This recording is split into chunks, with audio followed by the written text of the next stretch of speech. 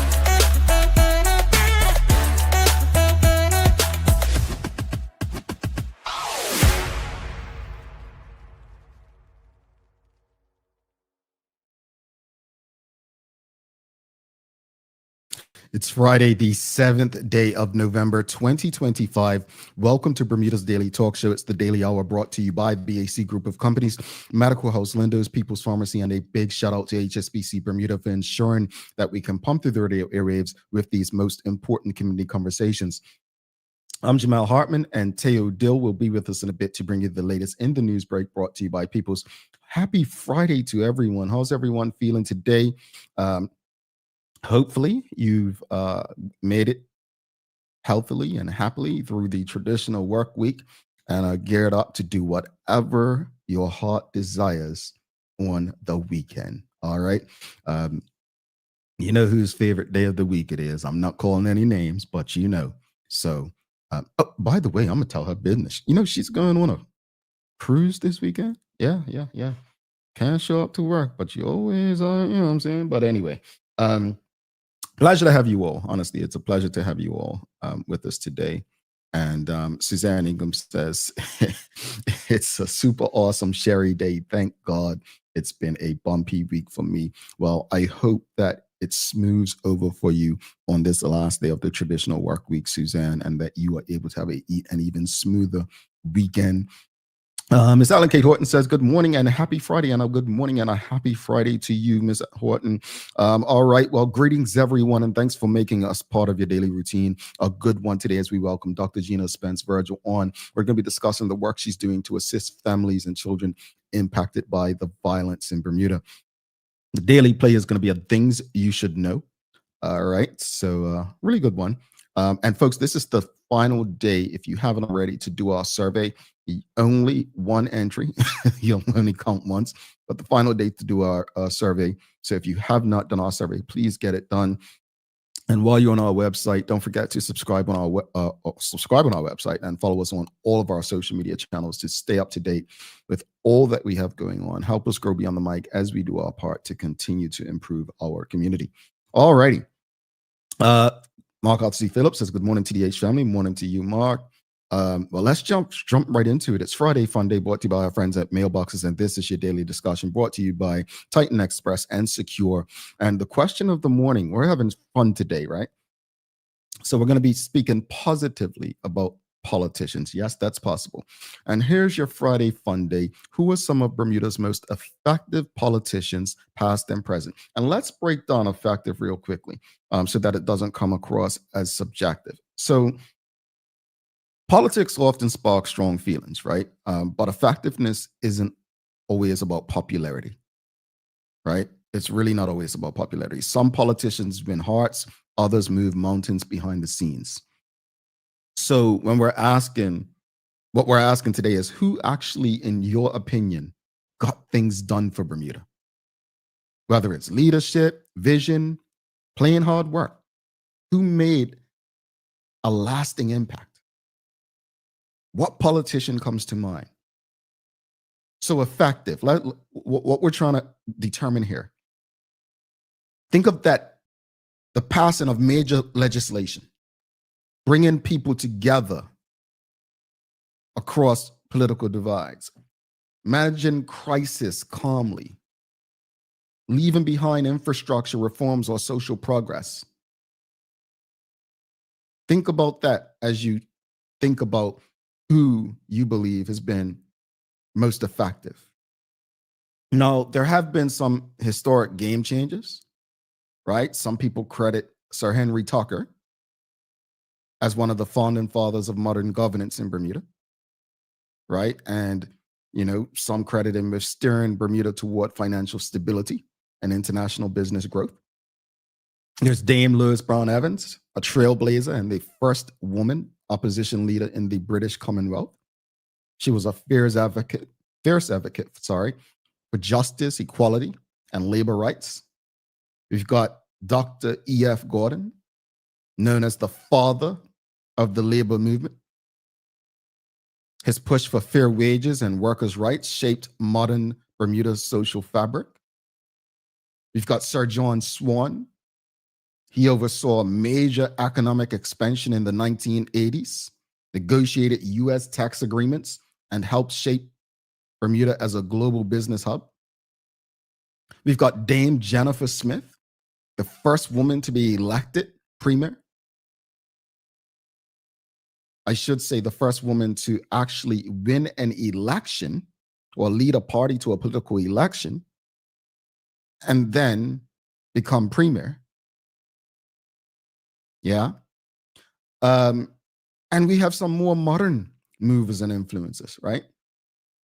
One can credit Michael Dunkley with and Michael Fay with St. Regis. We may credit Dr. Grant Gibbons with the America's Cup, if that's your thing.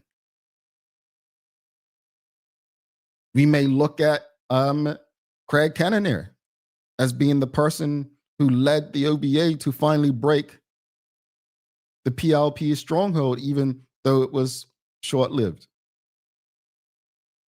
Maybe David Burt, Bermuda's youngest premier, whose focus on technology, digital economy, and modernization may not play out for many years to come.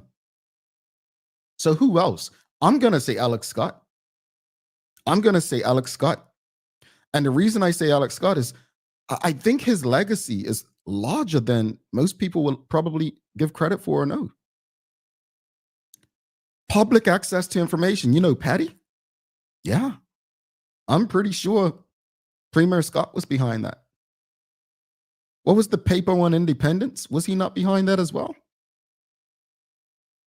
Premier Alex Scott was very effective. Who else, audience? It's Friday Fun Day, brought to you by our friends at Mailboxes, and this is your daily discussion brought to you by Titan Express and Secure. But who are some of Bermuda's most effective politicians, past or present? Who comes to mind for you? We've got Suzanne Ingham says Sir John, Michael Dunkley, Dr. Brown. Let me touch on Dr. Brown for a minute, because Dr. Brown, I believe it was under him, fast ferries. And you see, we just got some more. And though he was not successful with GPS, he was pushing it for a long time. Though he was not successful with gaming, it's funny how he pushed it, and even his own party pushed back against him. Then once the OBA got in power, they moved forward to try to get it done. His legacy may be that he tried to get it done, something that years later, all political parties are pushing for. Another one, Shamari Sky just says, looks like Dr. Ewart Brown, the mega cruise ship port, free Bermuda College, fast ferry. Yeah. I mean, we may not like it or you may not like it, but Dr. Brown was probably more effective than he will ever get credit for.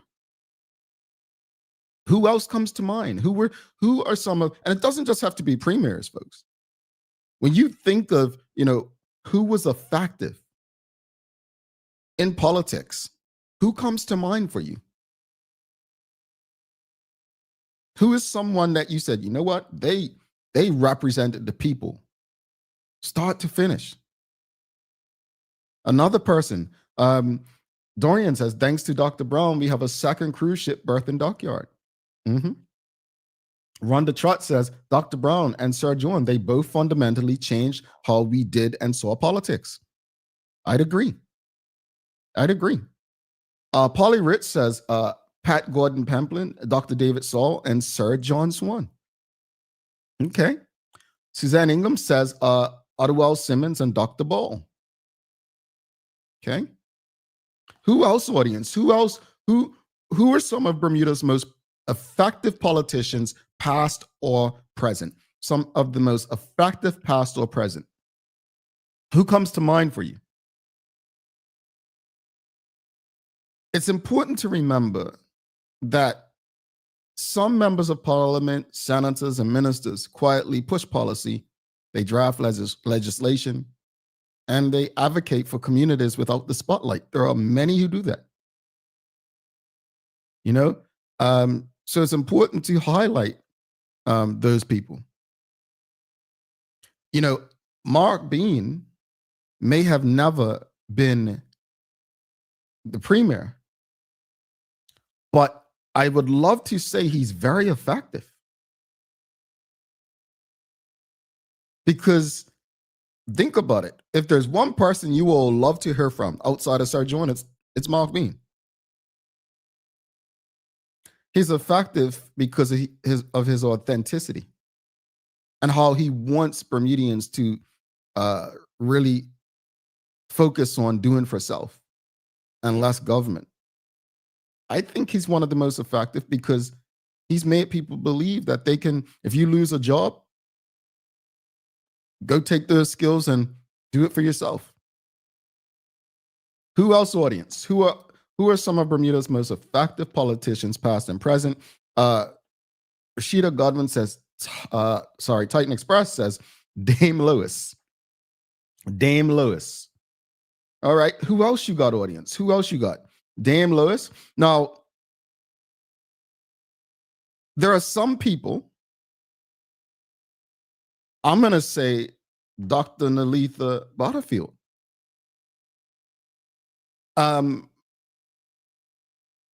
She held various ministries.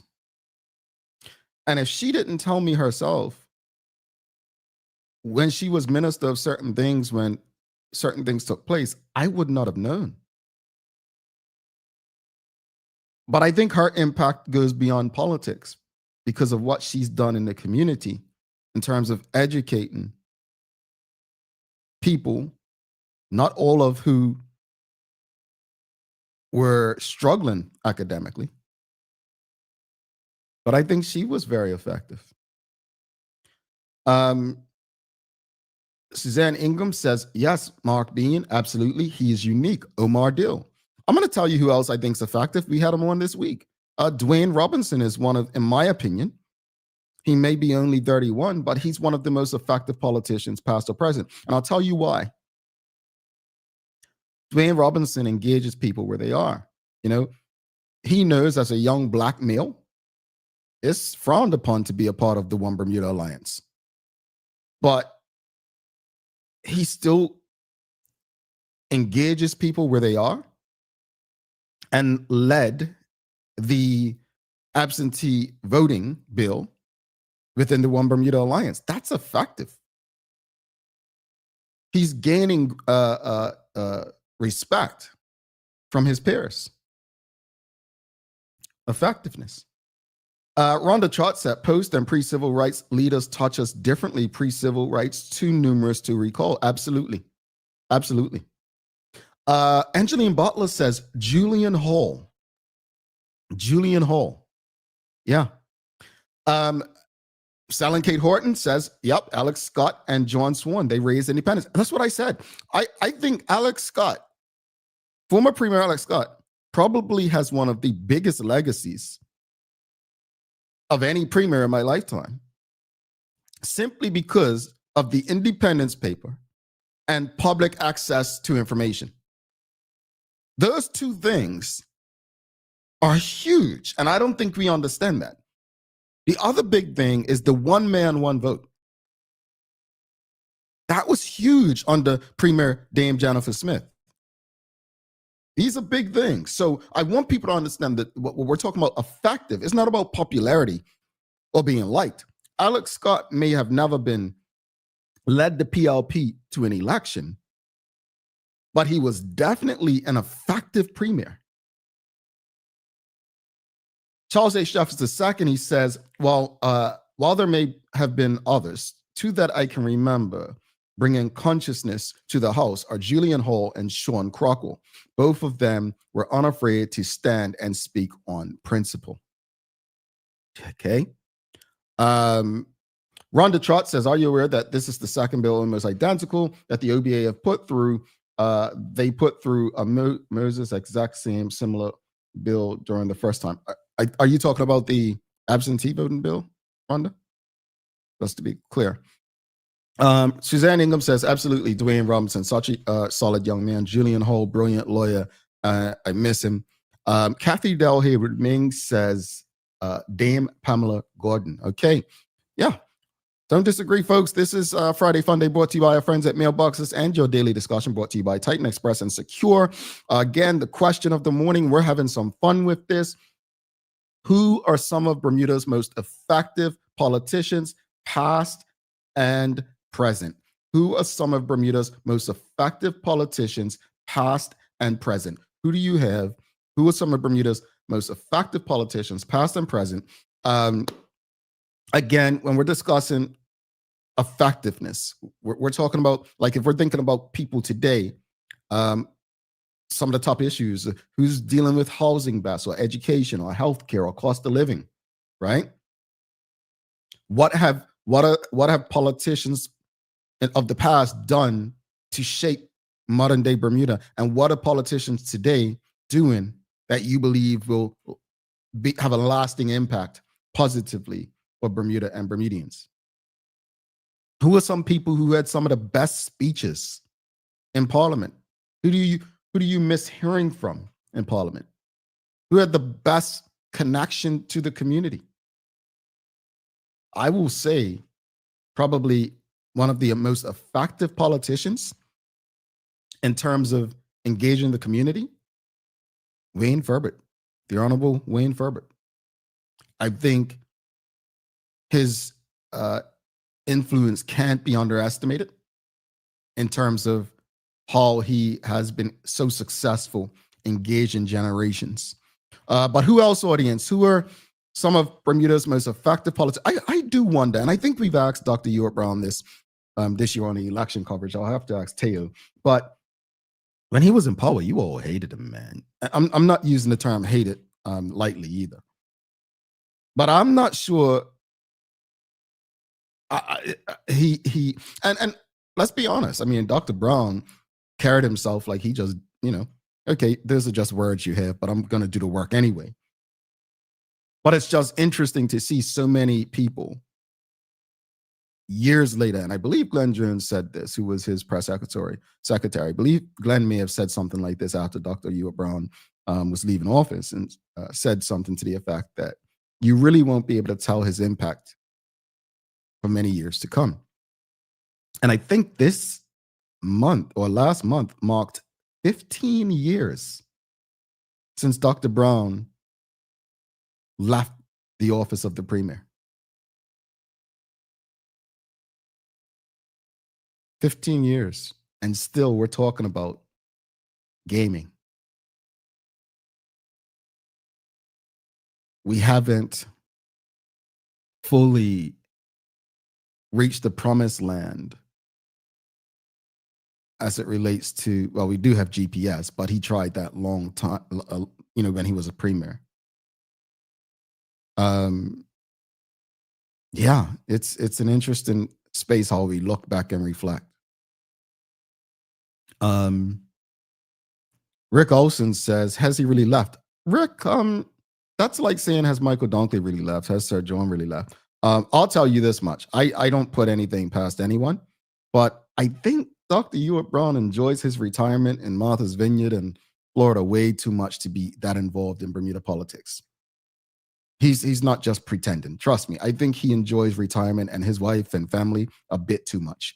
And I'm just going to share my opinion based on how David Burt rules. David doesn't take well to someone like Dr. Ewart Brown telling him what to do.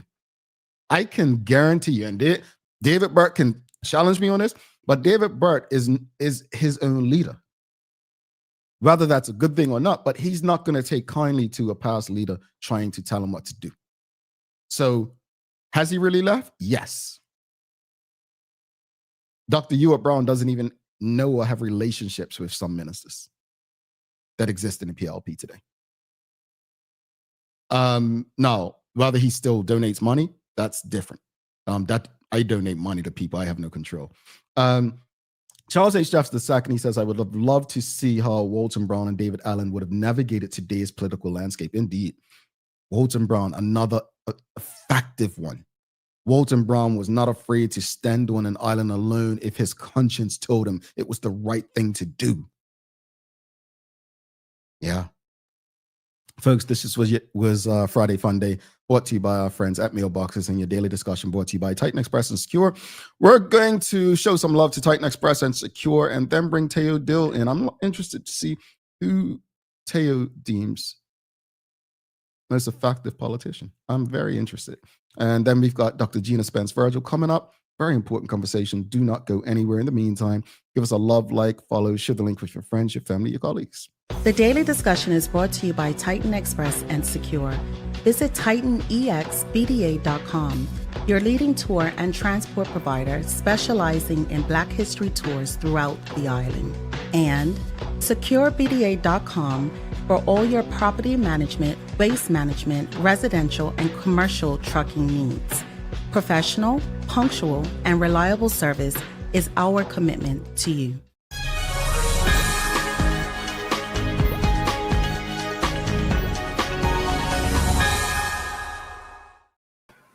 Morning, Jay. Morning, fam. And welcome to your TDH News Break, brought to you by the great folks at Peoples, who are still and always the peoples you have always known, just growing in new ways to help you move through the world ahead in the most productive, healthy, and safe way possible. So, most effective politician in, I guess, personal preference. Is that what you're asking? Well, I gave background and effectiveness, and I'll just run through it again. So, again, effectiveness isn't, we're not asking for the most popular. We're asking for one. When you think of them, like someone said, the cruise ship terminal, it had a lasting impact.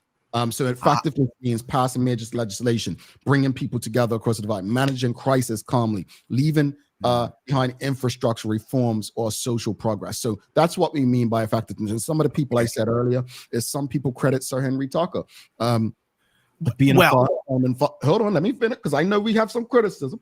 But no. I'm saying, like, independent of the criticism, it's under, like, he made the economy that has kept us at the top of the table of national GDP statistics for the past 60 years. Correct. So independent of everything else that he's responsible for, he's probably the most consequential one this century, I would say, or last century. Yeah, right. and I think that's what we're trying to have a conversation with. It's hard to like politicians. I mean, it really is, Tay. It really is, because I think it is. It is, and that's not okay. I think that, and I don't know. I know I'm probably out on an island on this. I think a huge part of the reason why we look at politicians the way we do is not just because of what they've done. It's more just the narrative about politicians. And for me, it confuses me in a little bitty place like this, because I would bet, without having to try too hard, every single person that is engaged in this conversation right now, if they wanted to, they could be on the phone with a member of parliament in like 20 minutes, right? Like, without having to try too hard. So like you know these people. Correct. For real. And yet when we talk about them like they're anything but a child of God. Meanwhile, like, they've been to church with you, playing football with you, and like, you've been cool with them until they occupied a particular role. So politicians are not inherently anything other than, I think, people who believe that they can be helpful. That's it. Now, they could be completely wrong. They could stink at being helpful, but like, that's their motivation in 85-90% of cases, and we don't think of them that way. And I don't understand why we're so uncharitable to I agree. But no, all that said, who you got? Because I said, I mean, for me, I think the one who goes on the radar the most is Alex Scott. Yeah. very effective politician. Like more, and take comparison out of it, but he's probably more effective than people will ever know because he didn't lead the PLP to an election. He didn't necessarily have the personality of a Dr. Ewart Brown or Michael Dunkley. Or Dame Jennifer. Or Dame Jennifer, right? Dame Jennifer. And he's literally been ever since he was not premier, he's been quiet. He doesn't really, speak as much. But from Patty to, the Independence paper, like he literally tried to take us to what I guess many thought the initial PLP getting in power would do. Yeah, no, Premier Scott takes up a lot more meaningful space in our cultural landscape than I believe he gets credit for. Yeah. That said, I think Dr. Brown is the most effective, I think, and I got a specific, for lack of a better word, incident. You remember the Uyghur thing? I was going to mention it earlier. Yes. Look, because I was in the caucus at the time that happened, right? And it remains one of the most, like, where I realize I'm maybe out of step with like the broader community's perspective on things. Because basically we all got, before it was announced, like just a few hours, called together, said, hey, this thing is happening. And at the time I was like, yeah, no, the Uyghurs, like these fellows been unjustly locked up in Guantanamo Bay for years, declared as enemy combatants without evidence. But they can't go back to China because, especially then, and even more especially now, Uyghurs are subject to persecution and torture and all kinds of things. Yeah, why not? That's great. Oh, wow. What a good thing Bermuda is doing. Like 8 hours later, airport is vaxxed. I'm like, I'm confused. Like, I do, but here's the point. But Doc held it together. He got the thing done. And the brothers got resettled and everything, like their lives, like we literally saved 4 people's lives and the families that they built as a consequence of having the freedom and stability to live and work and grow here. I just don't understand why people remain to this day so upset with that. I'll tell you why too. Our reality is not, and this is the hard part to you that I think. And this may hurt feelings, it may offend people, but our thoughts are not shaped by our own intelligence, right? Yeah. And I say that because so many of us walk around, we think we're brilliant, we're intelligent. Our thoughts are not shaped by our own intelligence. They're shaped by what we allow into our minds. And if all you're told is this person's corrupt, this person's this, that person's that, that's what you're going to start believing, right? Was it Rupert Murdoch that said, look, the truth is whatever you can make people believe the truth is, right? That was Fox News thing. And I think with Dr. Ewart Brown, he had no friends really in media outside of Intelligent Communications. And even though social media wasn't what it was then, is if you keep painting people in a bad light and this person is, Dr. Brown really didn't give a, he had this, what was described as arrogance to most people, and you're not supposed to be that way. This is you're not supposed to be that way. So that would always cloud how people felt about him. Look, to this day, people outright say he's a thief, he's this, he's that. Forget his medical practice, forget that his wife's a well-known lawyer. Like I think those are the things that and Teo will tell you, folks. Dr. Brown and I. This was us. This is not like I'm sitting there like I was his biggest fan. Like, trust me. Have conversations and be like that. But this is just a matter of being a realist and understanding that even the most intelligent person with the greatest political opinion is not probably sharing things based on their own intelligence. They're sharing it based on what their beliefs are and how it aligns or supports what they do believe, based on what they've been told or taught about something. That's my personal opinion. Is why Dr. Brown doesn't and will not get the respect. Yeah, that's a hard argument to challenge, to be honest with you. Now, this is not to suggest that Dr. Brown's tenure was without flaw or like legitimate space for critique. However, on balance, I just don't know how you can argue that he wasn't anything other than massively consequential and ultimately just a benefit to real quickly our natural life. I want to give credit to 2 more politicians too. Yeah. Len Blakeney, because I believe he was the minister that got us the pool and up at National Sports Center. I think that was extremely important. And you see the work that I remember Couture, who and parents, you telling me, like, when she was young, there was no pools in Bermuda, right? And so what that has done with, like, to me, that was a big move. And I'm not just saying that because Glenn's our boss or our relationship. I just think that was an important move to give more people opportunities. That someone who became the first Black woman to participate in something in the Olympics, diving, now other Bermudians may have that chance. So I think that's an important move legacy-wise as well. Did you notice that you said, like, that it doesn't matter, Glenn's our boss? Oh, I did. Like you said, like contemporary, like it's the case right now. That's ill. No, because in my head it's the same kind of thing. Once a boss, always a boss. Yeah. Oh, but that's a respect thing. See, folks, that's a respect thing. When you have somebody you love you was your boss and you do, like, you just that was so unconsciously said. Yes. Yeah. No, it's ill. I do similar things myself. Real quick question before you get into news, because we got Dr. Gina Spence Virgil coming up, folks. Very important conversation. But Charles said, should we be concerned that we haven't named any current MPs besides David? Well, I did name David Burt. I said digital, his focus on the digital modernization of our economy and so on. But again, as I kind of may be miscorrectly quoted Glenn Jones about Dr. Brown, we may not really know, and I think Teray said this recently too, the impact of David Burt's leadership. As of today, I don't think that he's going to have a proud legacy, but that could change. And I think we have to give ourselves grace. Yeah, I would bet money that in the next 30 years, the view that we currently have of Premier Burt is going to be really significantly different, one way or the other.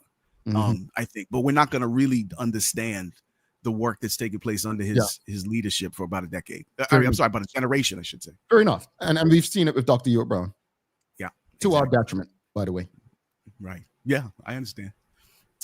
So as far as news goes, we start with a really, really cool story. You might have gotten a WhatsApp forward about this, but it's worth highlighting and sharing with everybody. Shout out, congratulations, and a very, very well done to Kalaj Simons for becoming the 5th young Bermudian ever to represent our island at a sitting of the UK Youth Parliament in Westminster, the House of Commons out there. Kalaj, alongside 300 other youth parliamentarians from all around the world, invited by UK Speaker of the House Lindsay Hoyle, shared their perspective on essential issues, with Kalaj's presentation focusing on community connection and youth engagement. Mr. Speaker, Bermuda has not published data for the child-related indicators in the last decade. Yet, there is a wealth of services that express commitments to improving these areas for Bermuda's youth. But resource scarcity diminishes the efforts of youth services to further develop, prevents public services from accommodating all, and excludes young people from the discussions and data that concerns them. Mr. Speaker, as a member of various youth organizations, I resonate with these challenges. The craving to be in community is not limited to young people. Other demographics feel it deeply. Therefore, solidifying this connection can provide solutions for social problems we struggle to resolve. I love that we're seeing Mackenzie Kiltalkett was one I remember, was a gentleman, and now this young lady. You know what, Teo? Where are we finding these young people, these parents? Like, we need these parents to put out some courses on how they're doing this. But I want to say this. I love when young people speak and you don't know their political leanings. Oh, yeah. Honestly, that's pretty typical for young people, I think. I mean, are you familiar with, like, lots of young people, in Bermudian young people especially, that are partisan? You knew where I leaned when I was younger. No, I'm sorry. I mean now. Yeah, I think I know where Teray leans. She's a young person. I know where Taj leans. They're young people. You kind of know where they lean. I know what their values are, but I have no idea how they're going to vote. Oh, no. Well, I think in a Bermuda context, you're right. But I mean, no, but that's what I'm saying. I mean, ideology, yeah. Oh, I got you. You're not talking about partisanship. You're talking about philosophy. Ideology. Oh, okay. What is the political philosophy? Yeah. But you like that? I like to be able to hear people talk without knowing what they're because when you can do that, to me, you get what was that old saying Glenn used to say? You catch more flies with honey. With honey, right? I like that because you're grabbing more people. Once people know your ideology, they're less likely, if they disagree with your stance, to want to listen to you, which is what I've learned. Yeah, I mean, you're not wrong. I just instinctively prefer people that are available, or I'd rather open to being their full authentic selves in their public life, right? Where they're not like moderating their core values for the sake of anything, really. But that does, again, we disagree. Yeah. Now, this is the story that we had to cut from Wednesday. That's a really, really big deal. So please lock in for this. Locally domiciled oil pipeline companies have earned hundreds of millions of dollars in revenue for the illegal Myanmar junta over the past 5 years in what is believed to be a violation of UK sanctions. So this is coming from the Justice for Myanmar, aka JFM Group, who said that Bermudian and Cayman Island authorities are obligated to investigate the junta-controlled Myanmar oil and gas company and their subordinate companies, despite the fact that these companies are reportedly still operating freely here in Bermuda close to 2 years after JFM alerted local authorities about the suspected sanctions violations. This matters because, according to Justice for Myanmar, MOGE, the company I was talking about, it's a single biggest source of foreign revenue for the Myanmar junta, earning the money that they use to buy the fuel and weapons and all this stuff they use to, quote, bankroll an illegal war that's slaughtering children and bombing schools and hospitals with total impunity. Like, this is one of the Gazas before Gaza took up so much space in the global consciousness. So if you haven't heard of it before, here's a short explainer of the conflict that could lead you to want some more investigation into The February 2021 coup overthrew Myanmar's democratically elected government, ending a short-lived period of imperfect democracy during which Aung San Suu Kyi's National League for Democracy won landslide victories in 2015 and 2020. The coup sparked widespread civil resistance, which was met with lethal military repression, sending the country spiralling into full-scale civil war. This has pitted the military against the pro-democracy armed resistance in the form of the People's Defence Force, largely made up of Myanmar's Bamar ethnic majority. The war has left the country in a dire state. Thousands have been killed, millions displaced, with massive humanitarian needs, and a shattered economy. Wow. So, things we don't know if it's not. We don't know, right? Like, Now, this is all alleged at this point by this advocacy group, Justice for Myanmar. But the UK has taken a hard line on these kinds of companies and their financial activity. So, if it's true, something's got to change, because that's extraordinary. Now, to cheer you up, this is not news exactly, but it's a just beautiful story that I think will brighten your day. It's about the continuity of culture and how it can survive centuries of distance, even though despite the impact of the transatlantic slave trade. The story starts in the 1930s when this young Black American linguist, Lorenzo Turner, was doing research in South Carolina, the closest U.S. state to Bermuda, keep in mind, with the Gullah people. It's a small community of former enslaved folks who've maintained more of their pre-slavery culture and traditions than almost any other across the entire diaspora. He found and recorded this 5-line lullaby sung by a woman named Amelia Dawley, a lullaby that had been passed down by her grandmother through her grandmother and so on. So Miss Dawley didn't know what the words meant or even what the language was, but it helped put the babies in her family to sleep for generations. So why stop? Through Mr. Turner, it was discovered that the song was in a Sierra Leonean dialect called Mende, and it was actually a funeral song rather than a lullaby. That is where the story ended until about 60 years later, when things got really, really interesting. So here we were, an anthropologist, a ethnomusicologist, and a linguist looking for this song. And in 1990, we got into a car and we went all around Mende country playing the song in each village we came to. We sat down with the tape recorder and I explained the story to them, and they were listening with complete attention, very, very carefully. And as I began to play the recording, to my astonishment, these women began to sing along.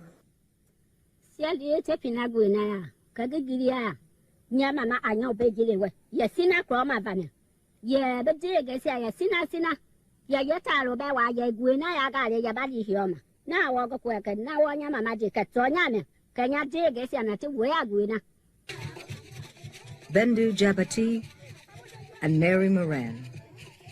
Two women from two continents united by the enduring power of an ancient African song.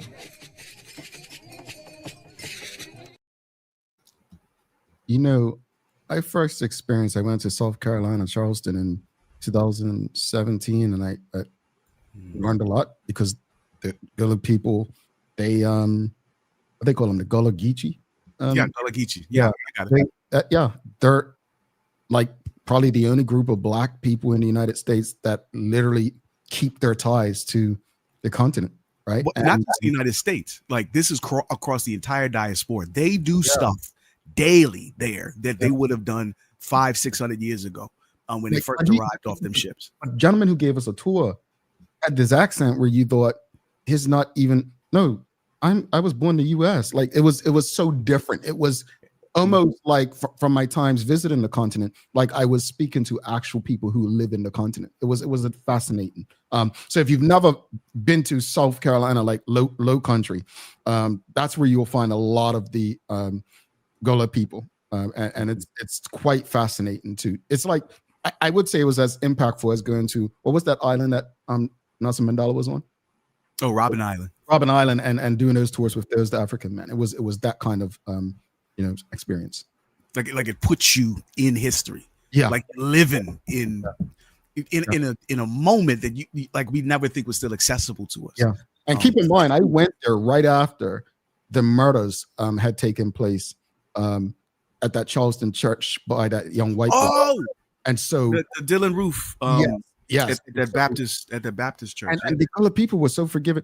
No, we don't. They were so forgiving the way they spoke about that, and not forgiving like most people are thinking. It was just like we are all about people, like, and helping people and eating and feeding our communities and so on. That person's not from here because no one from here would have done that. Yeah, that's a different deal. Anyway, what else you got? Because we got Dr. Gina Spence coming up. Yes, and I apologize, Dr. Spence. As far as the weather's concerned, building high pressure will keep today largely dry and clear outside, some early morning and near sunset rain, while the weekend should see more showers fall and strong wind come through due to the back-to-back appearance of a slice of low pressure followed by a cold front over the next couple of days. Just keep your hoodie, rain suit, umbrella nearby. You're going to need it over the weekend. All righty, real quickly before we head out, we did get a couple more. We got Austin Thomas says, Dr. Anthony Richardson. Yeah, before my time, but I remember him because I went Sunday school where he went in church. And then Ms. Alan Kate Horton said, schools were named after important Bermudians by Randy Horton. Absolutely. Another impactful one. The entire Horton family, actually. I mean, you've got Uncle Bobby coming.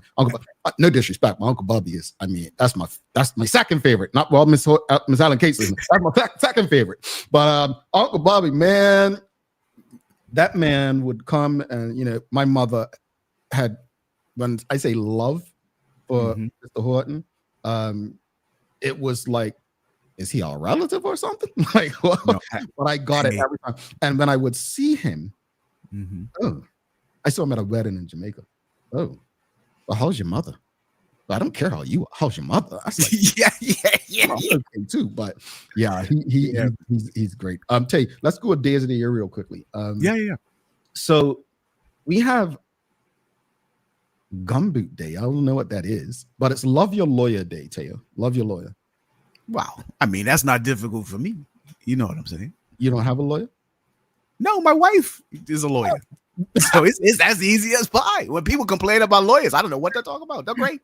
Well, it's this guy's crazy. Yeah, I've had way too many lawyers in my life, but Love Your Lawyer Day, folks. Hopefully you never need one, but truthfully, we all do need one at some point, whether it's losing a family member, whether it's you have a business, whether it's there's things that can put you in prison. But Tay, you have a wonderful weekend. We'll see you on the other side.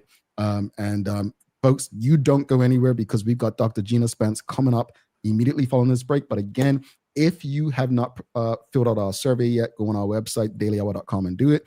And in the meantime, Tay, you were one of my most effective politicians, all right? No, I was not effective. Nothing changed. Like I did my best. I really did. But, no, I didn't do it. You were effective because even as a senator, you would, in your other job, hold your colleagues accountable. That's unheard of, Taylor. That was effective to me. Okay, all right. I appreciate that, man. Yeah, That's I mean, I cardiac. used to love watching him. Oh, I'm mad at him today, and it wasn't me doing anything. It was anyway. I'm sorry, I'm not making fun of it. Yeah, holla at you. Have a great weekend. All right, man. Take care, bro. Oh, it's a pleasure in it, folks. We'll be right back. Dr. Gina Spence Virgil coming up. Really looking forward to this convo. I cannot believe over almost 1,200 episodes, right? Sorry, almost 1,300 episodes, almost 6 years, and this is her first time as a guest. I'm looking forward to it. Don't go anywhere.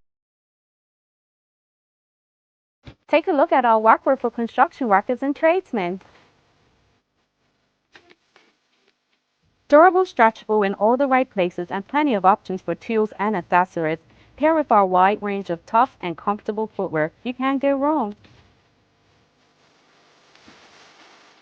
As you can see, Nautical House really is a one-stop shop for everybody. We can't wait to see you. See it all at our new expanded location on Bakery Lane. Discover Drop It, your go-to grocery delivery.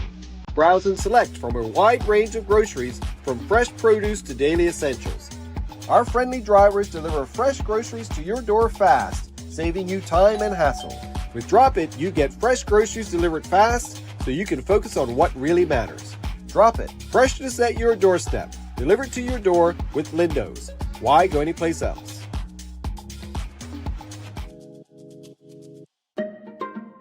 People's ACW, located at King Edward VII Memorial Hospital, carries over-the-counter medicines, toys, cards, and even toiletries. Our knowledgeable staff are there whether you're at emergency, visiting family, or a member of BHB staff, to show you our best even when you're feeling your worst. People's ACW, we're here for you.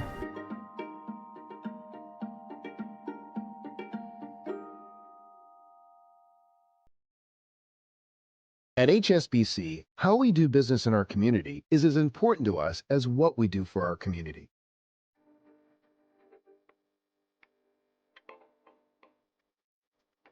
We are here at Hungary Bay with HSBC today. We're planted over 500 mangroves using 2 different methods. This work is very vital for our mangrove ecosystem and would not be possible without HSBC's generous support. I am super happy that we have a team here of colleagues helping us replant some of the mangroves. Mangroves are critical for preserving coastal nature, and with recent hurricanes they have been taken away by waves. By replanting them, we are really helping nature be at its best.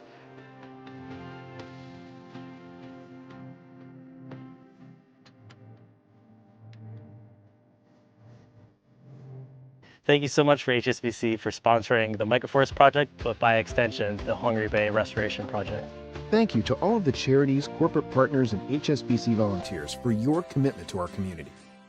SCARS stands for Saving Children and Revealing Secrets, and we are a Bermuda nonprofit organization whose mission is to reduce the risk of child sexual abuse and to be an advocate and a voice for children who've been sexually molested, as well as their affected family. New media like the Daily Hour is really important in partnering with organizations like SCARS. It's another platform for us for awareness. There can be no radio silence as it relates to child sexual abuse, and we need as many initiatives as we can get. We need to keep this message alive. In terms of us and the work that we do, live engagement is good because it allows the audience to ask questions, to make comments, even to provide us with encouragement and support. What I love about the live engagement when SCARS is being interviewed by Jamel is just this feeling of safety, this feeling that he gets it. He cares about children. It's a connection.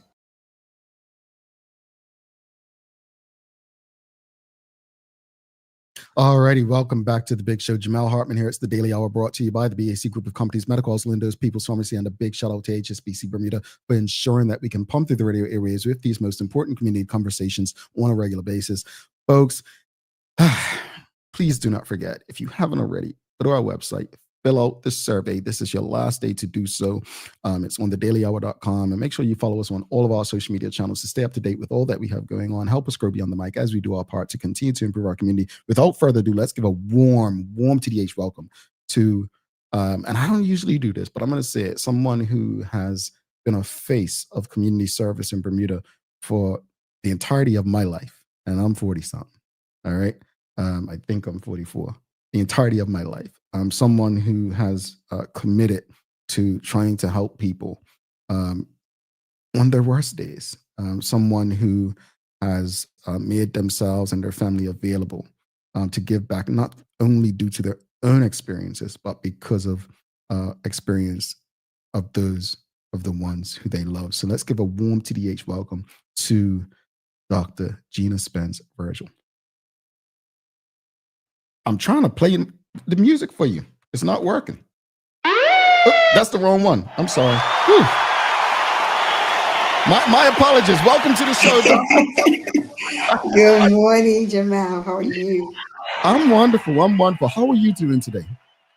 I'm good. I'm good today, and I'm very honored to be on the show with you and Teo and the team. I want to thank you for, as someone who has been involved in broadcasting, as you know, radio and TV, I always say, like, where's the next generation of, Everest Costas and David Lopeses and Shirley Deals, and you guys have filled that void, as a young group, progressive, very, very challenging sometimes, but I appreciate this platform, and it tells my grandson and other young boys and girls that I can do that you guys are the living testimony. We go by what we see, right?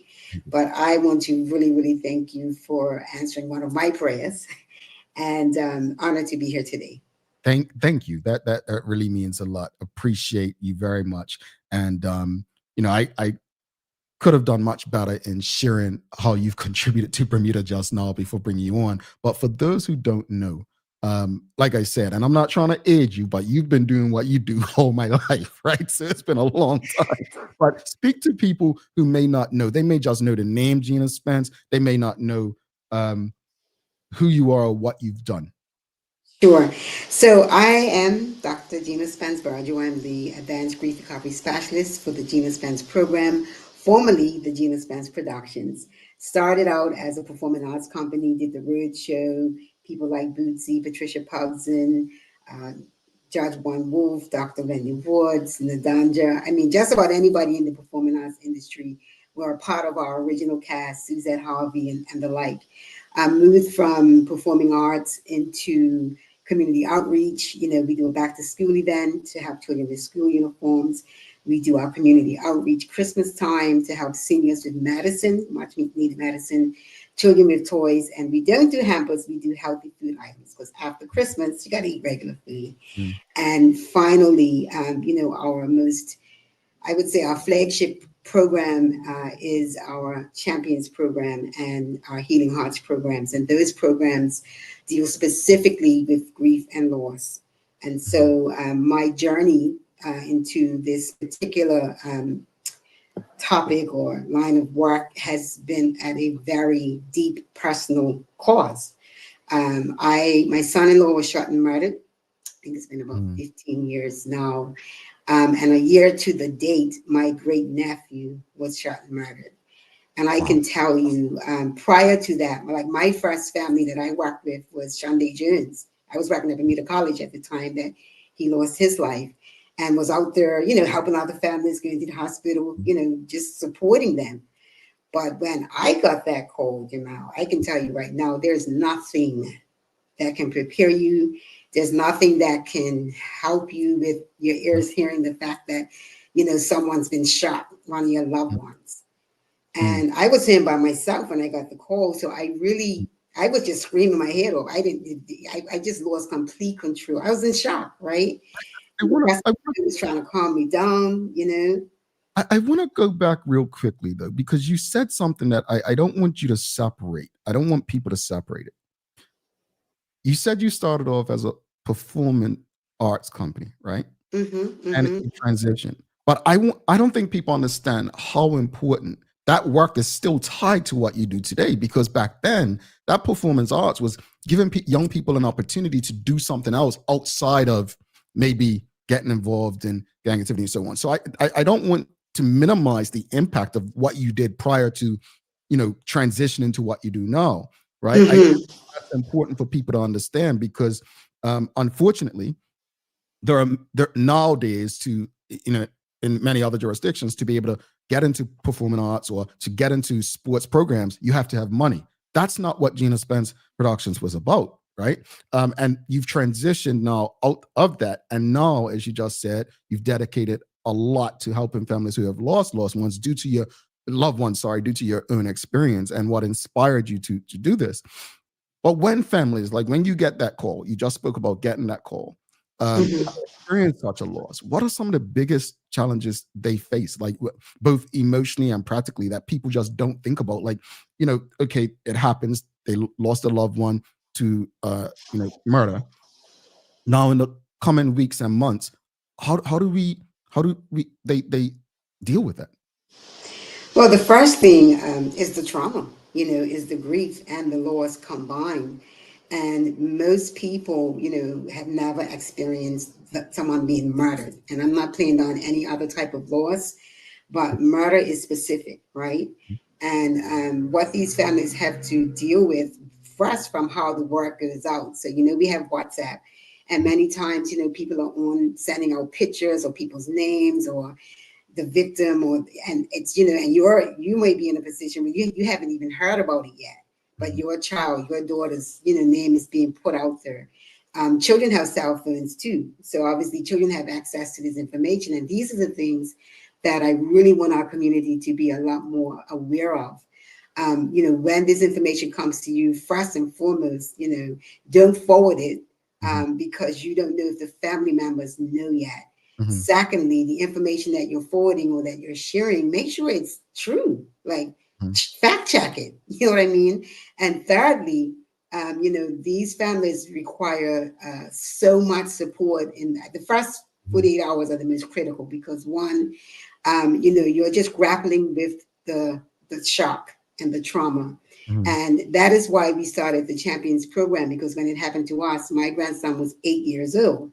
So how do you tell an 8-year-old what has happened versus him finding out in the newspaper or somebody having a conversation on the bus in the morning? So we started this program, the Champions program, based on the fact that there was nothing for children specifically. So I actually got on a plane. I went overseas to this place called Comfort Zone. Comfort Zone is the largest bereavement camp in the world. This is for children from 9/11, Boston bombings. Like, this is where these children went to be cared for and to be given help and support. We went there, met the team. We brought the team to Bermuda, the executive director, the clinicians, and they did a full assessment of Bermuda, death loss, and children, and the extended community. Once they did the assessment, they wrote a report and showed us where all the gaps were. And so once we started to put our program together, we had the data, we had lots of really good information, and we designed the model to fit Bermuda. And so the way it works now is that if there's a shooting murder and the victim has a biological child, we are called out like first responders. We meet that family. We've been at the hospital, we've been on the scene, we've been in the people's homes, we've met people in their cars on their way to the incident. So, over the years it has evolved, but we wrap all of our services around the child and the surviving parent. Example. So we would help that parent to tell the child in a therapeutic way. Right? And then we would talk to the parent after assessing the child. Should they view the body? Should they not? Should they go to the funeral? Should they not? How, if that child wants to have that final moment, do you do it with the whole family there where people are screaming and responding, or do you find a moment with a professional clinician and you, the child, and the clinician go and give that child that time? So all of these things are things that I know people are just not privy to, right? And so the funeral happens. The child is now given tools, and the parent, on how to maneuver through this thing. It costs between $5,000 and $10,000 to give your loved one a respectful burial. Most working class people just don't have that type of money like laid up somewhere, right? But they want to give their loved one a respectful burial, right? And so these are the types of things that we help them with. There are some support systems in place to aid people that may not have the funds, right? And then there's the whole legal side of it. So we have gone to court for these families. So for an example, a year after my son-in-law was shot and murdered, there's this court case that pops up. So you're just trying to get your feet into some sort of normalcy. And there's a person sitting in a docket that could possibly have been the one who took your loved one's life. And you have to sit in that courtroom across from that person and go through a grueling court case. Where many times, as we've seen, over 40 different cases, there was no verdict or there was no conviction. So there's a whole nother journey that one may begin, or, there have been convictions. So let's speak about that, because I've seen so many cases recently where people have walked free. When people make these memes, if you want to get off from something, come to Bermuda, whatever. But that aside, you mentioned, your grandson was 8 when that happened. I believe 22. Let's talk about the journey, because I shared a couple weeks on this show, a couple weeks ago or last month, that someone had said that they were dropping their child to school. And as they dropped their child to school, the brother of a murder victim was being dropped off. The son of a murder victim was being dropped off. And there was one more, but basically 3 children impacted by murder recently were all being dropped off to school. How do we make sure these young people grow up without revenge in their heart, or without, it could be 2 children whose family members were on opposite sides, right? And they have to be in class together. How do we navigate that? So the program that we have is designed to do just that. And the reason why I say that, and that's why the assessment and the data and the information is important, right? So for an example, if you live in the States, you could change your identity. You could go to a whole other country and never come into contact with either the perpetrator's family or him or herself after coming out of prison. In Bermuda, the chances are so much higher that you will see someone connected to that person, or that person once released from prison or never incarcerated, in your travels, right? So what we do as a team is, we don't do cookie cutter services. You know what I mean? So we look at that family, we look at all the dynamics, we look at the child, the capacity of the child, the support systems that exist or don't exist, and we put together a management plan, right? And so that management plan could look like, for child A, and I'm going to give you an example. We have one client whose biological father is doing life for murder, and her stepfather was murdered. So our program or our plan for this young girl cannot look like everybody else's, right? So we had to design a specific plan around her life and her support and her clinical processes to fit her experience. I can tell you right now, that every family that we've come in contact with thus far, and I can only talk about, because we are data driven, right? And I do want to share that data with you because it's important for people to know. So right now we have over 100 children in this island who have lost parents to gun and gang violence, over 100. 96% of our clients have graduated from high school. 88% of our clients have been provided grief and loss support specific to homicide, right? 91 of them have engaged in sport and extracurricular activity, and 86% of them have involved themselves in community again. We're servicing 32 families at this very moment. The data is important because we know it's like somebody being diagnosed with cancer, right? Your cancer, you're stage 1, I'm stage 4. We both have the same type of cancer. Am I going to treat, is the doctor going to give you the same treatment as he's going to give me, Jamal? No. Absolutely not, right? It's specific to you and your biological makeup. And that's how our program is designed. And that's why we're seeing these outcomes. And I'm not saying we could save the world, and I'm not saying that we know everything. But what you can take from us is the impact that we are having and the outcomes that we are seeing. But it involves intense, specific clinical care, support. The clients don't age out of our program. So we have a young man that was with us in his teens. He's now in his 30s, right? He's still one of our clients.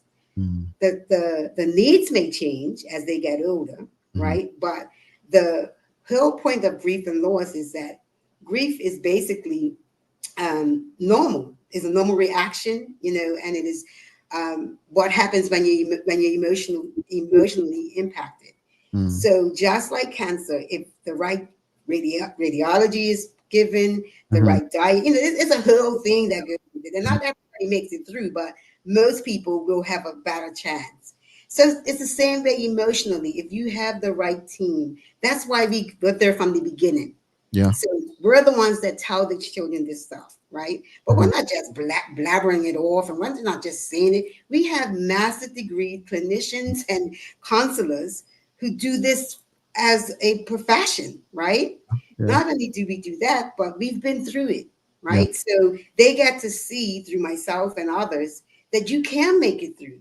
Is it going to be hard? Absolutely.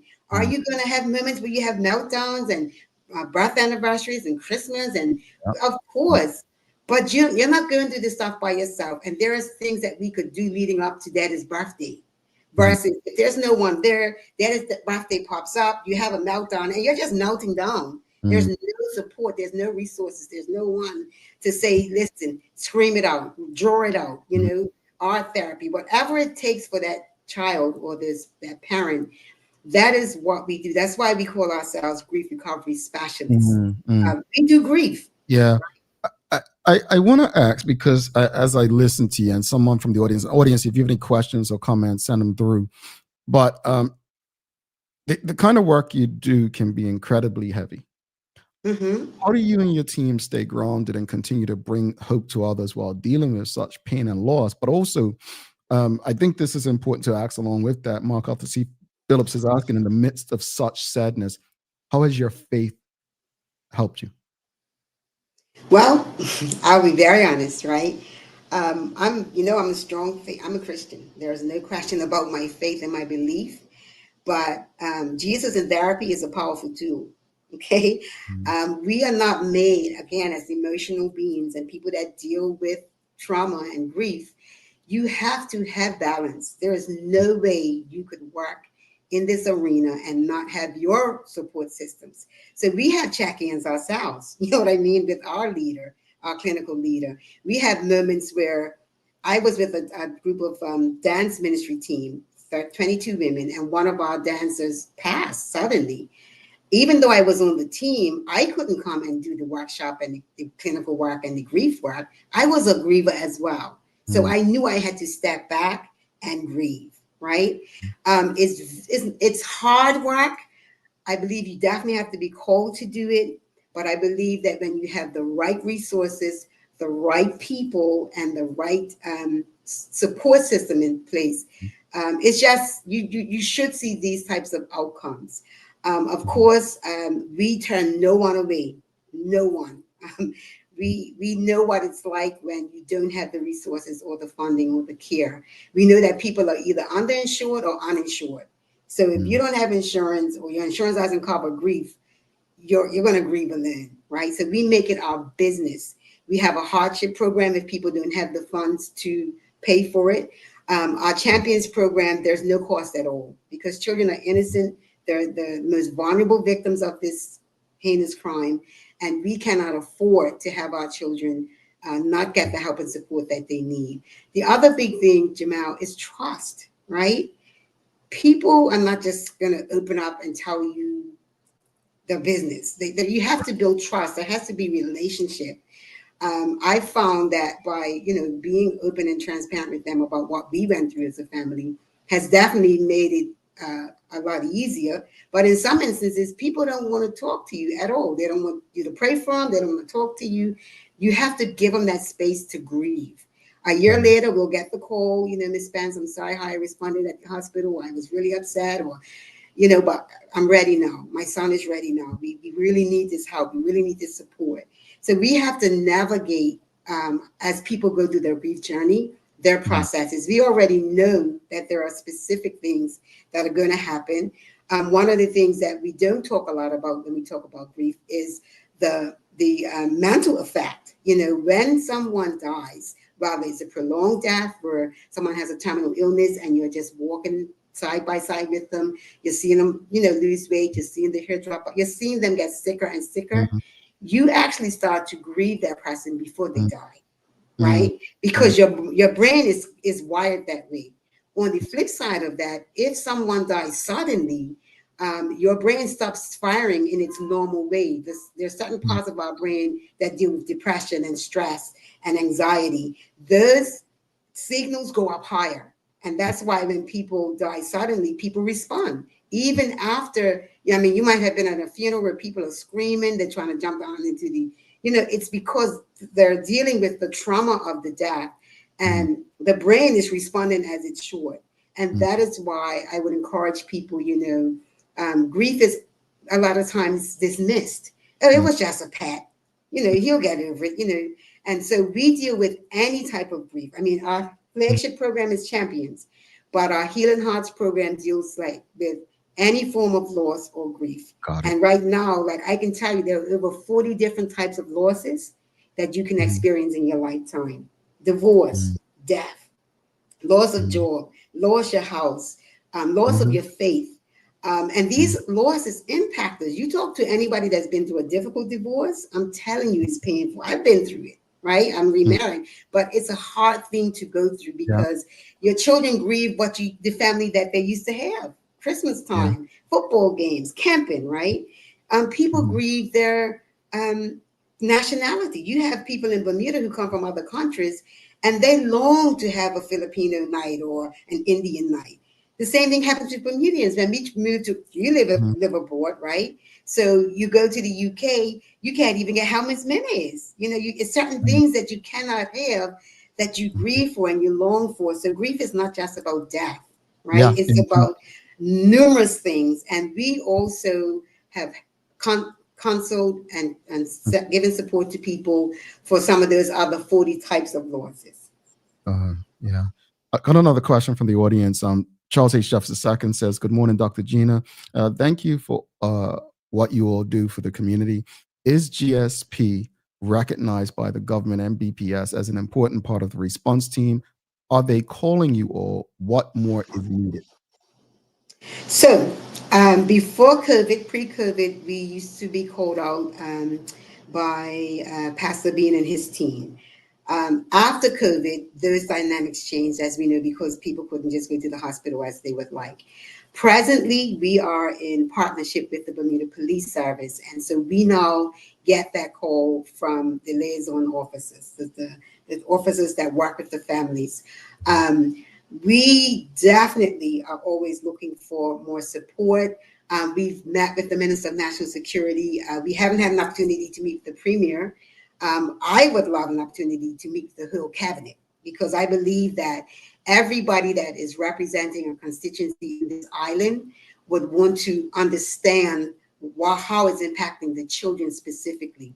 So for an example, in the schools, if little Johnny shows up, let's say his father died in a road fatality this weekend, right?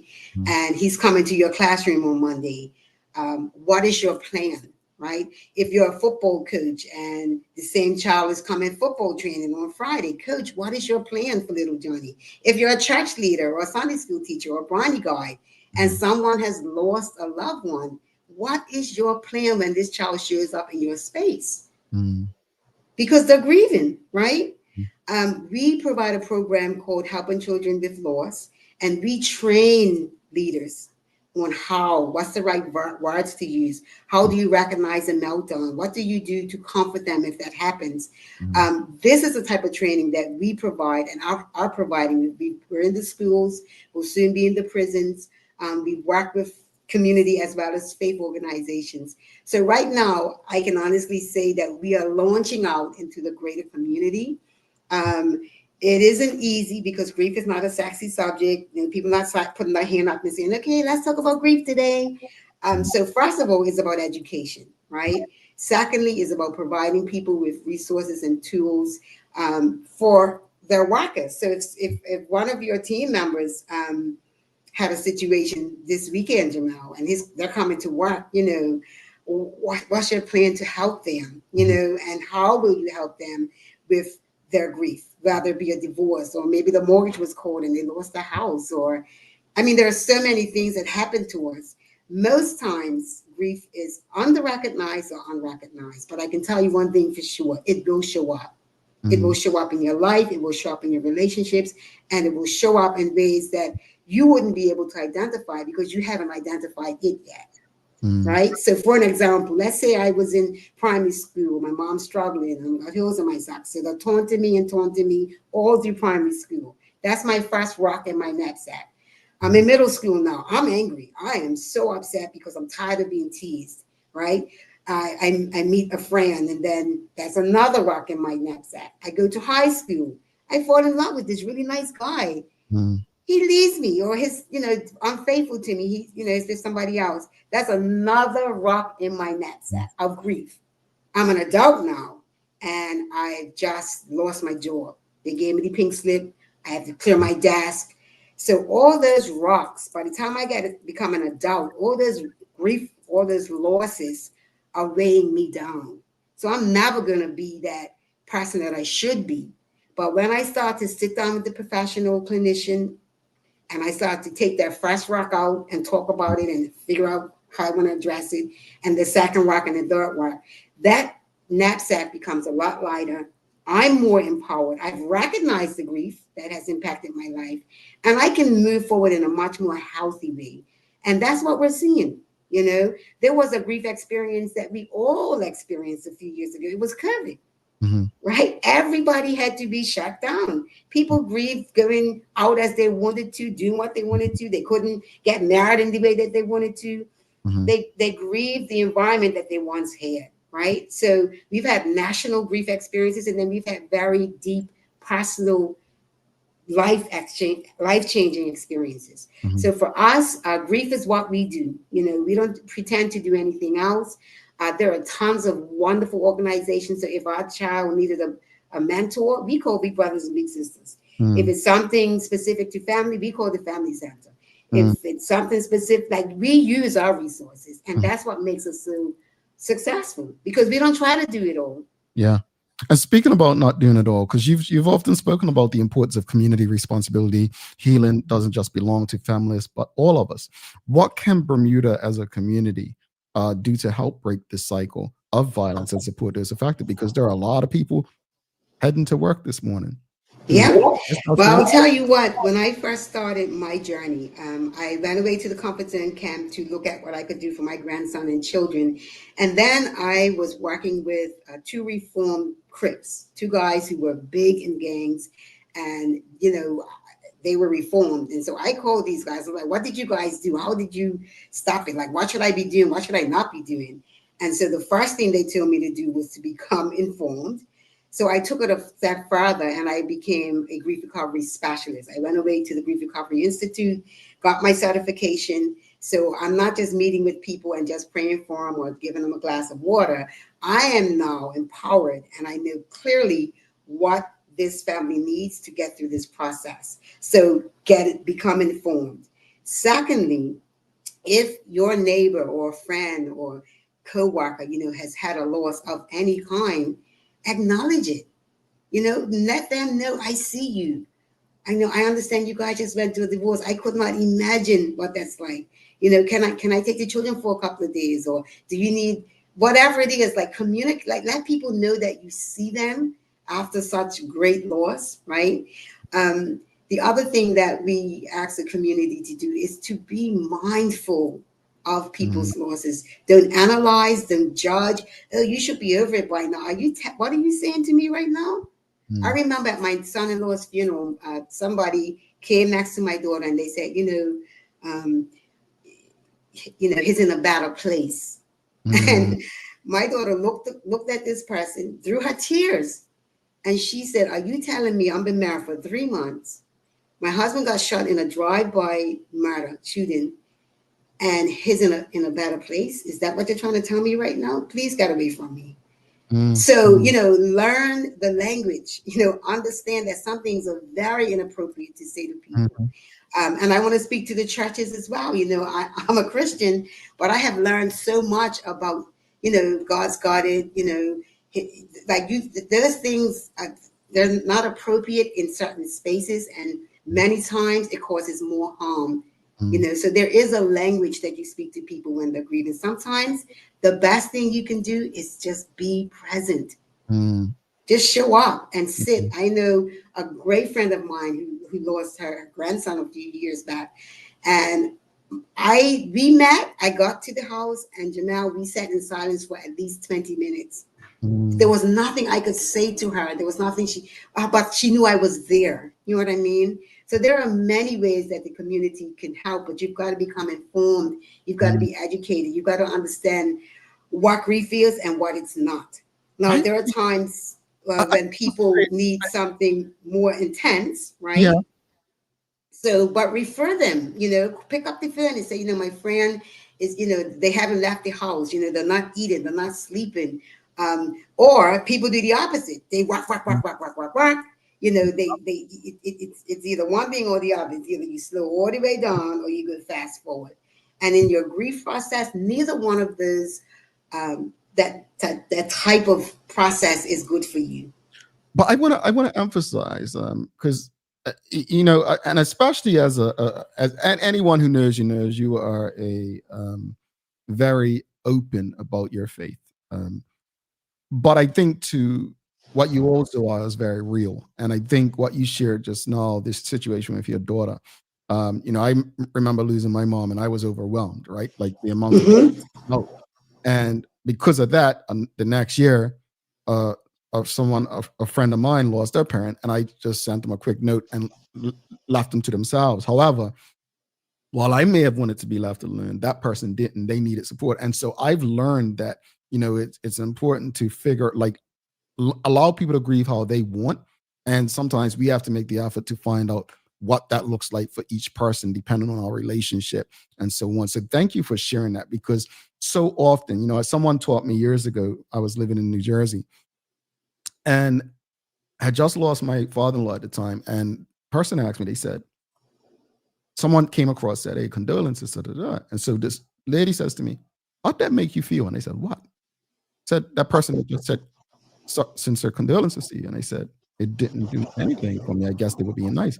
Said, that's why I'm asking, because I think it sounds good, right? It feels good to say, oh, this person's in a better place, or, it's okay, you'll see him again. Like, that's not what people necessarily want to hear. That may be true, but I'm glad you mentioned that, because we have a tendency to say what we think feels good or sounds good, but that doesn't necessarily communicate or go down as good. And you're right. It's really cultural, right? So everything you do is based on what you've been taught, right? In Bermuda, we have these cliches and ways that we do things. Every culture has their way of doing things. For an example, we are 100% grievers, Janelle. Everyone will lose something or someone dear to them in their lifetime. So we're 100% grievers. Grief is individual. You're not going to grieve the way I grieve, right? We've had a situation where we had a family, a daughter, son, mother, and father. Father died. Son and father didn't get along at all. Daughter and father, tight as can be. Father died. Son's like, yo, hey, don't say nothing to me. I don't care. Why? Because there was no relationship. His relationship isn't going to just change because his father died, especially if it wasn't a good one. Daughter, distraught. So people's come into the house and they're expecting both children to grieve their father the same way. But, grief is relational. It's based on the relationship that you have with people. And so we have to recognize this, and we have to be okay with the fact that, people have different types of relationships with you. Sometimes you might, I just went through a situation where for the last 3 years, I buried my 3 siblings, right? Now, losing a sibling is something that I had never experienced. And then I experienced them back to back. And this year, when my brother passed, I said to my family, like, I don't want to be responsible for planning the funeral. I don't want to sing. I don't want to read the scripture. I don't want to dance at the funeral because I didn't have the capacity. Right. I had taken on the other two. You know, I didn't get to grieve them, but my body told me, you don't have the capacity to do this one. Do you love your brother any less? No. But the fact of the matter is, you can't do this time. And, you know, being able to tell my family that, you know, making sure they understood that I just wanted to grieve. That's all I wanted to do. And recognizing that that's okay. You know, it's like, it's nothing wrong with you. You're grieving. Yeah. We've definitely got to have you back because these conversations are important. But before you head out, I love to ask people, I mean, you and your organization are doing a lot for the community. But for those who want to help, whether through volunteering, donations, or just simply showing compassion, what's the best way to get involved and stand with families in need through your program? So the best way you can get involved is to either volunteer your time. If you have time, just go to our website, gspcharity.com. Sign up, very easy to do so, and one of our team members will contact you. Or you can certainly give. You can give toward any of our programs. We've got quite a few of them that are, you know, we've been needing funding for. Of course, the ongoing help and clinical support is always in need of funds because the hardship program right now is our program that's in highest demand, right? And then thirdly, you know, if you work for corporate Bermuda, we're getting ready for our Christmas event. So our champions have a wish list, you know, and we try to, as much as possible, you know, when these kids say, you know, Ms. Spence, would it be possible to get this for Christmas? We try to meet that need because we know how difficult Christmas is for people that are grieving, right? And so go to our website, make a donation, become a volunteer. We're doing a volunteer drive right now. We've had great response. And so it's not too late to sign up and register. And if you would like to sponsor our Christmas event, you can do the same. Or if you want to donate, you can do the same. No amount is too big or too small. And we are very grateful for the 30 years plus that this community has seeded into us. We are so thankful.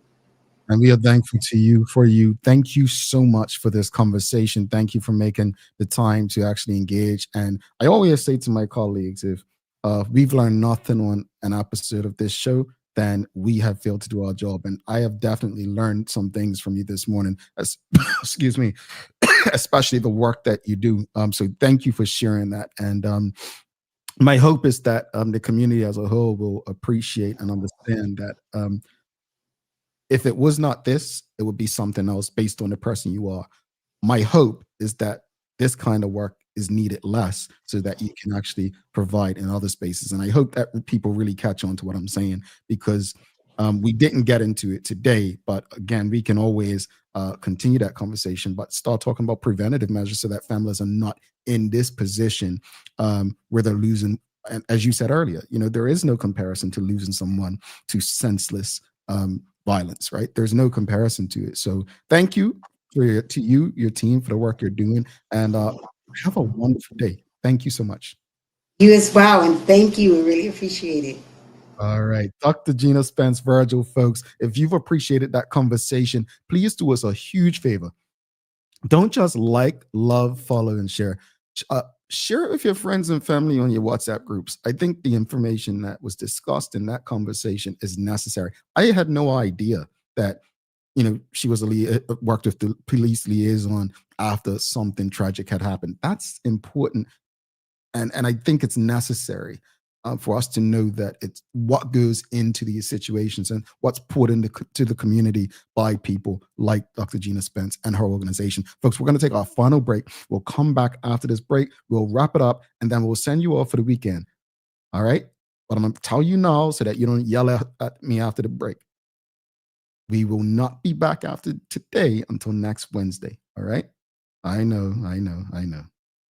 Being from this little island, like yourself, we knew you needed access to reliable shipping. We set up mailboxes so you can skip all the long waits or held up in customs excuses. With mailboxes, that won't happen. Get your packages in under 48 hours using our dashboard. Plus, if you're a planner or headerer, our weekly consolidation service might be for you. We hold your packages in Delaware and ship them together to save you big time on shipping fees. And with our warehouse being in Delaware, that means 0% sales tax. Pretty cool, right guys?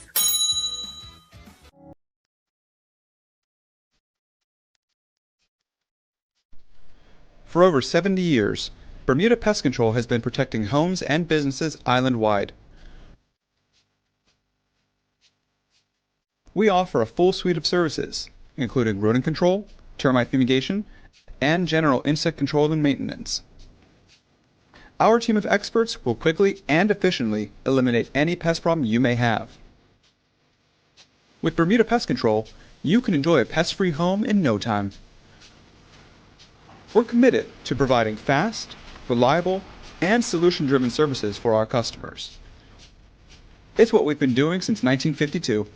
Call Bermuda Pest Control today and say goodbye to pests for good.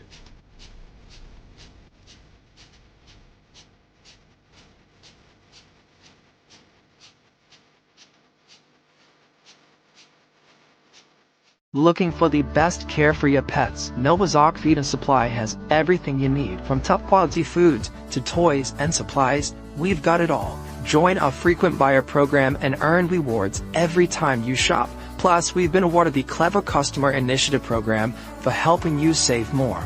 And don't forget, we open an hour early on Saturdays so you can get a head start on your pet care.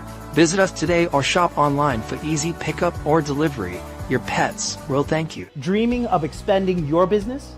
With BDC's Loan Guarantee Program, we support your ambitions. Get up to 75% guarantee on bank or credit union loans up to $300,000. Just your vision and our support. Apply today and unlock new business opportunities. BDC, Bermuda Business starts here.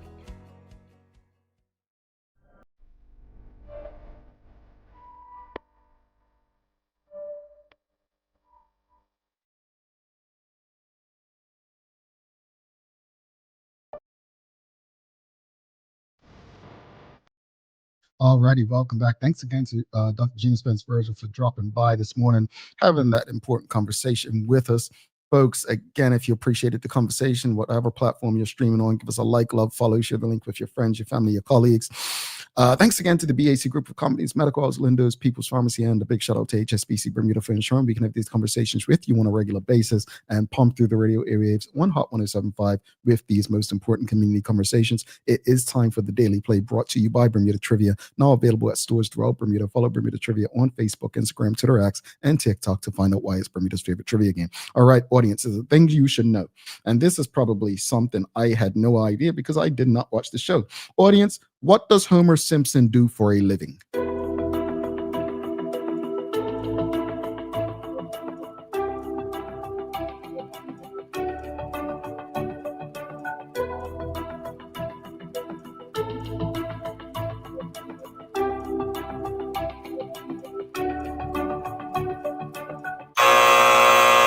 Nobody knows what Homer Simpson does for a living? Well, Dr. Anthony Richardson got it absolutely right.